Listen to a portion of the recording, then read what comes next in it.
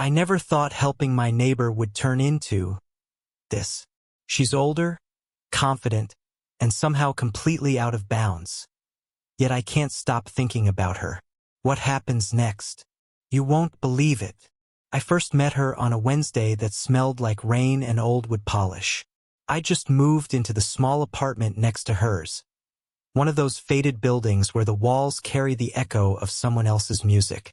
The hallway light flickered like it was too tired to stay awake. I was fixing a dripping pipe under my sink when I heard a knock. 3 soft taps. Not urgent, curious. When I opened the door, she was standing there with a wrench in one hand and a calm expression that somehow made the air feel different. "Sorry," she said, a faint smile tugging at one corner of her mouth. "Mine's leaking too. Thought maybe you had the same problem." Her voice had that kind of warmth that lingers a half-second after she stops talking. She looked like she knew exactly how to carry herself. Confident, but not in a way that needed attention. Her hair was tied up loosely, a few strands falling as if they refused to be told what to do. "I can take a look if you want," I offered, mostly because I didn't know what else to say. She hesitated, studying me like she was deciding if I was reliable or just polite. Then she nodded. "That'd be nice. The valve's behind the shower. It's stubborn." Inside her apartment, everything felt lived in but quiet. A mug half finished on the counter, a soft cardigan over the chair, faint music humming from another room. It smelled faintly of citrus and something floral. I knelt beside the shower and fiddled with the valve while she stood a few feet away, leaning on the doorway. We didn't speak much. Only the sound of dripping water, metal against metal, and the occasional breath when our eyes met for a second longer than either of us meant. "You're good with your hands," she said finally, almost teasing but gentle. I laughed, maybe too quickly. "Just pretending I know what I'm doing." "Well, it's working," she said. Then quieter. "Most people don't offer to help anymore." Something in the way she said that made me look up. Her face had softened. Not smiling now, but thoughtful, like the words had slipped out before she could pull them back. She quickly busied herself, reaching for a towel that didn't need to be straightened. When the leak finally stopped, I stood and handed her the wrench. Our fingers brushed. A light, accidental thing, but enough to make me aware of the space between us. Felt smaller now. "Thank you," she said, holding the wrench but looking at me. "If you ever need anything, my door's right here." Her tone was casual, but her eyes didn't match. There was something else there. Something I couldn't name. Respect? Gratitude? Loneliness? I nodded, not trusting my voice. "Sure. Anytime." As I left, the sound of the dripping had stopped, but the silence felt heavier than before. In the hallway, I caught a glimpse of her through the cracked door, standing still, head tilted, like she was listening to something that wasn't there. A week passed before I saw her again. I'd half expected to hear her footsteps through the wall or catch her in the hallway, but the building stayed quiet, too quiet. It was almost disappointing how ordinary the days became. Then one evening, as I was carrying groceries up the stairs, I saw her struggling with a box by her door. It wasn't heavy, just awkward, full of books, judging by the sound when it shifted. "Let me help," I said before I even thought about it. She looked up, surprised, then smiled that same careful smile. "You really don't have to." "I know," I said, taking the box anyway. "But you look like you've done this alone too many times." That made her pause. A small silence stretched out between us, and for a moment I thought I'd said something wrong. Then she sighed, almost laughing at herself. "Maybe you're right." Inside, her place looked different this time. Brighter. The curtains were open, soft light spilling across the floor. There were books stacked everywhere. Stories of people who'd lived 100 lives before us. On the table sat a cup of tea gone cold. I set the box down. "Moving in or moving on?" She raised an eyebrow. "Does it look that obvious?" "A little." Her laugh came out low and tired. It's been a year since my divorce. I still can't decide if this place feels like freedom or punishment. It wasn't what I expected her to say, and I didn't know how to answer. So I didn't. Sometimes silence feels kinder than words. She leaned against the table, tracing a ring of condensation with her finger. The movement was slow, almost absent-minded. You know, she said softly, people think getting older makes you wiser, but mostly, it just makes you quieter. I wanted to say something, anything that might make her feel seen, but the right words never came. Instead, I watched the way her hand trembled slightly as she reached for the tea, the way she forced a smile to cover it up. You should make fresh tea, I said. This one's cold. Her eyes lifted to mine, a little startled, like she wasn't used to being noticed that closely. Then she nodded. You're right. I followed her to the kitchen, more out of instinct than intention. The room was small, warm, and smelled faintly of lemon soap. While the kettle hissed, she asked me about work, about my family, about whether I liked living here. Her questions were simple, but her tone carried something else, like she was trying to fill the quiet so it wouldn't swallow us. When the kettle clicked off, she didn't pour the water right away. She just stood there, hand on the handle, eyes distant. I used to make 2 cups without thinking, she said. Now I forget and make one. Her voice didn't break, but the pause after it did. Without meaning to, I said, you don't seem like someone who stays lonely for long. She smiled again, but this time it didn't reach her eyes. That's what everyone thinks. The whistle of the kettle faded. The air felt thicker somehow, filled with words neither of us dared to speak. I helped her carry the tea to the table, the 2 cups steaming quietly between us like some kind of truce. She looked at me like she wanted to say something, but didn't, and that silence felt louder than words. It was raining the next Thursday when she knocked on my door. I'd been sitting on the couch, half absorbed in a book I wasn't really reading. The sudden tapping startled me. Hey, she said, her hair damp, a few strands clinging to her forehead. Water leak again. I thought you might want to take a look. Her voice was casual, but the way she held the umbrella in one hand and tucked the other under her arm suggested something unspoken. Hesitance, maybe embarrassment, or something else I couldn't name. I grabbed my coat and followed her upstairs. The hallway smelled faintly of wet carpet, and the building felt smaller, more intimate than usual. Inside, she led me to the bathroom without looking back. It's the same valve, she muttered almost to herself. I swear it hates me. While I knelt to inspect it, she leaned against the counter behind me. I could feel her presence even without touching her. The faint scent of shampoo, a little floral, a little citrus, lingered in the air. My fingers brushed the pipe, but I couldn't stop noticing the subtle movements around me. Her foot tapping softly, the way she shifted her weight, the slight furrow between her brows. Do you mind if I watch? She asked suddenly, her tone casual but something deeper hiding beneath. I froze for half a second. Watch.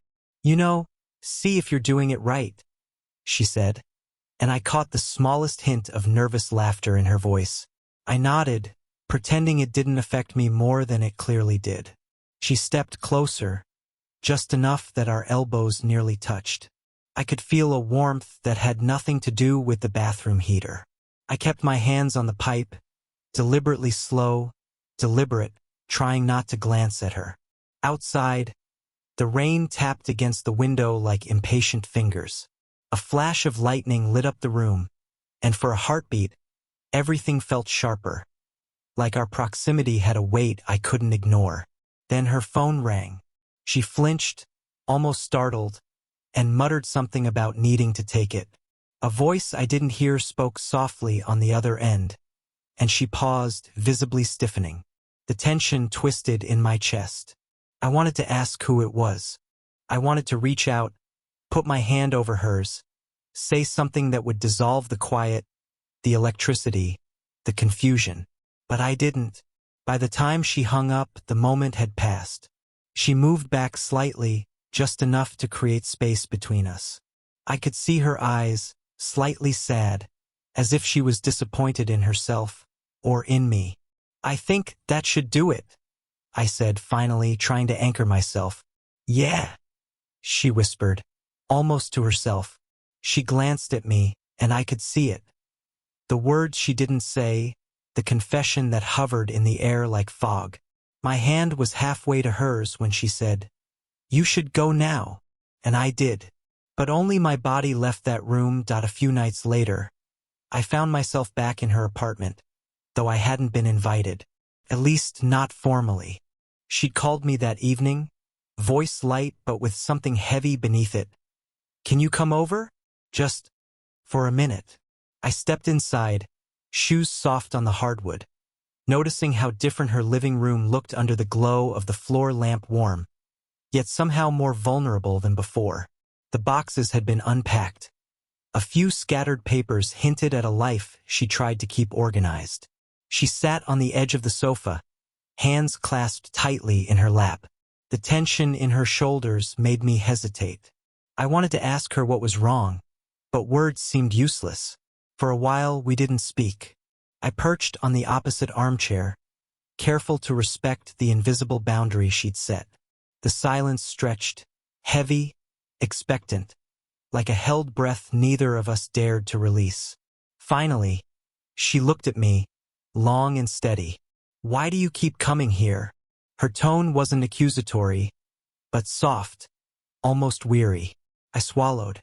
"I don't know." She exhaled, a quiet sigh that seemed to carry years of frustration and longing. "Because I'm curious?" Her confession hung in the air, not fully formed. I nodded, unsure if I should press further. She looked away, tracing the seam of the sofa with her fingers, and I caught the slightest tremor in her hand. Vulnerability, rare and unexpected, radiated from her in waves. I wanted to say something reassuring, something that wouldn't break the fragile quiet between us. But instead, I just watched. How her lips pressed together, how her eyes avoided mine, how her body seemed to shrink into the chair as if trying to hide from the world. "You make everything complicated," she muttered. "Me?" I asked. "Yes," she said, shaking her head. "Or maybe it's just me." Her gaze finally met mine, sharp, searching, like she was trying to read my thoughts, my intentions. "I don't know what we're doing." Her words struck harder than I expected. I wanted to reach out, to explain, to touch, but the space between us felt sacred and fragile. We weren't lovers. We weren't strangers. We were something undefined, hovering on the edge of clarity. I stood, pacing a small circle to keep my hands busy. "Maybe we don't have to know yet," I offered softly. She tilted her head, studying me, her lips parting slightly as if she wanted to respond. But then she shook her head. She didn't say anything, just looked at me, like she was already mourning something we never even had. The lamp flickered, casting half her face in shadow, half in light. I noticed the faint lines near her eyes, the gentle curve of her jaw, the way she breathed through her chest with quiet restraint. I wanted to memorize every detail, and for the first time, I understood that closeness could hurt as much as it could heal. I didn't move closer. She didn't ask me to. We simply sat there, the silence filled with questions we couldn't voice, and the unspoken truth pressed itself into the space between us. A few days later, she knocked on my door again. This time, I didn't hesitate. There was something in her tone over the phone, quieter, more deliberate, that made me feel both welcome and cautious at once. She led me to the living room, and I noticed a small stack of photographs on the coffee table, slightly askew. One caught my eye immediately, a younger version of her, smiling but with eyes that didn't quite reach the corners of her mouth. "That was a long time ago," she said softly, catching my gaze. Her hand lingered near the picture, almost protective, almost hesitant. I leaned closer, careful not to crowd her. "She looks happy," I said. "She was," she admitted, voice low. "For a while. Then, not so much." Her fingers traced the frame, hesitating over the glass. I realized then that she wasn't just talking about the photo. She was talking about herself, about the years that came after. I wanted to say something, anything that would make the ache in her chest lighter, but I stayed quiet. Sometimes words only make weight heavier. She shifted, finally setting the picture down, and looked at me with eyes I'd never seen before. Vulnerable, uncertain. The careful composure she always carried seemed to crack just enough to let something real through. "You remind me of someone," she said, almost whispering. Her voice faltered for a second, then steadied. "Not exactly. Just the way you notice things. The way you don't leave." I swallowed. It wasn't a confession. It wasn't a declaration. But it was intimate, and it struck me harder than I expected. I wanted to ask her who she meant, why she said that. But the moment was fragile, delicate. I didn't want to shatter it with words. Instead, I simply nodded. "I'm still here," I said quietly. She took a breath like she hadn't allowed herself to in years. For the first time, she looked at me without fear, without that carefully maintained wall of composure. Her shoulders relaxed just slightly, and for a heartbeat, she seemed smaller, human, and unguarded. Then, almost casually, she reached for a small envelope tucked beneath the stack of photographs. Her fingers shook ever so slightly as she handed it to me. "I thought, maybe you should see this." Inside was a letter, not long, but enough to convey a life interrupted, regrets tucked between the lines, and a truth she had never spoken aloud. I read it slowly, word by word, feeling the weight of her past, the depth of what she'd carried alone. When I looked up, she was watching me, her expression unreadable. Not guarded, not defensive, just waiting. I didn't say anything. She didn't push. And in that quiet, seismic moment, everything between us shifted. She took a breath like she hadn't allowed herself to in years. And for the first time, she looked at me without fear. That evening, I went to her apartment without thinking. My footsteps in the hallway were slow, almost hesitant, as if the space itself knew this moment was different. She opened the door, and for the first time, she didn't smile. She just let me in, and the air between us felt charged yet familiar. A balance of anticipation and quiet trust. We moved through the apartment side by side, unpacking small tasks that didn't need discussion. The boxes from the last visit had been rearranged. A few plants leaned toward the light from the window. I noticed the faint scent of jasmine lingering in the room, comforting and intimate. "Do you want some tea?" she asked, breaking the silence without looking at me. "Yes," I said, not because I needed it, but because it gave me a reason to stay close, to follow the small motions of her hands, the careful way she moved. We sat across from each other at the table, our knees almost touching under the surface. We didn't talk much. Words felt unnecessary. Instead, we exchanged glances, small gestures, and the unspoken weight of shared presence. At one point, she reached for a stray napkin, and I instinctively moved my hand toward hers. This time, neither of us pulled away. Our fingers brushed lightly, deliberately, and I felt a warmth spread through my chest. "I don't usually do this," she murmured, voice barely above the hum of the kettle. "Do what?" I asked. "Let people in. Let someone see me." I didn't answer with words. I just nodded and let the silence carry what needed to be said. She didn't need reassurance, only recognition that she had been seen. Later, she leaned forward, resting her forehead briefly against mine. It wasn't romantic in a storybook way, it was human, fragile, earned. A gesture of trust, of acknowledgement.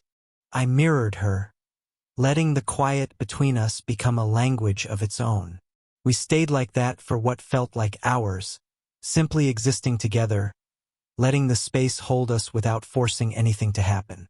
There was no declaration, no rush, just an understanding that our connection had become inevitable. When she finally pulled back slightly, she looked at me with a softness I hadn't seen before. She didn't say she loved me, but she let her guard down, and that was louder than any "I love you" ever could be. For the first time, I realized the depth of what had grown between us. Subtle, patient, and painfully human. We weren't rushing, we weren't pretending. We were simply here, together, and that was enough. It's been months since those first awkward encounters. The small silences, the shared glances that said more than words ever could. The apartment walls still carry faint echoes of our laughter, the quiet hum of two lives brushing against each other. I think about her often, not in the way people fall into a fantasy, but in the way you notice the world around you shifting because someone has touched it just by being there. The weight of her presence, the careful ways she moves, the moments she lets her guard slip, they've become part of my rhythm, part of how I understand closeness. We still have quiet nights like that first evening I let myself linger, tea between us, fingers brushing, the kind of unspoken conversation that never needs words. We don't talk about what this is, or make promises that might be too heavy to carry. Instead, we exist in the space we've built together, small gestures and shared silences enough to anchor us. I've changed too. I notice the subtle cues in her expression, the exhaustion in her shoulders, the light in her eyes when she's genuinely amused. I've learned patience, the beauty of letting someone reveal themselves at their own pace, and the unexpected strength of simply being present. Some nights, I catch myself staring at her as she reads or hums along to a song on the radio, and I realize that I don't want to rush anything. Not because I'm afraid, but because what we have is rare, fragile, and earned. It isn't a storybook romance. It's a quiet, living thing, growing with each shared glance, each small act of trust. She doesn't need me to define it. I don't need her to say the words. We understand each other in ways that defy explanation, in gestures and pauses and the comfort of being truly seen. I didn't just fall for an older woman. I fell into something rare, something true. And I hope, if you're listening, you find something like that too. Sparkle's Engagement CTA. If this story made you feel something, let me know in the comments. Would you want more stories like this?